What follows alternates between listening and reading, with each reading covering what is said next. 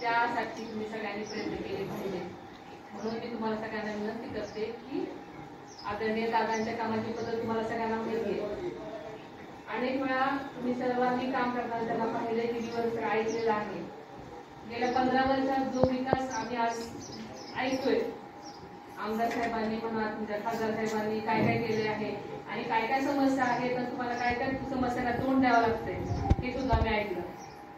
शेतकऱ्यांच्या समस्या असतील, पाण्याच्या समस्या असतील, MIDC असतील, तरुणांची प्रश्न असतील, इथे अनेक गोष्टींना फार अडचणी आहेत आणि ह्या सर सोडवायच्या असतील तर तुम्ही आदरणीय दादांच्या ज्या भूमिका आहे त्यासाठी सगळ्यांनी पाठिंबा दिला पाहिजे।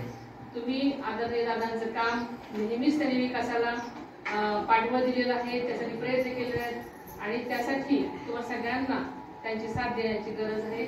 म्हणून मी आपल्या सर्वांना विनंती करते की आपण त्यांना विकासाचे पायी ठेवूया आणि सगळ्यांनी मिळून भरघोस मतदान करूयात आणि आपण सर्वजण हेच पाठबळ आणि प्रेम तुम्ही द्याल अशी खात्री बाळगते। आपण सर्वजण एवढ्या मोठ्या संख्येने इथे मला भेटण्यासाठी आलात, मला तुमच्याशी बोलायची आणि भेटण्याची संधी दिली त्याबद्दल मी सर्वांचे मनपूर्वक आभार मानते आणि इथेच थांबते।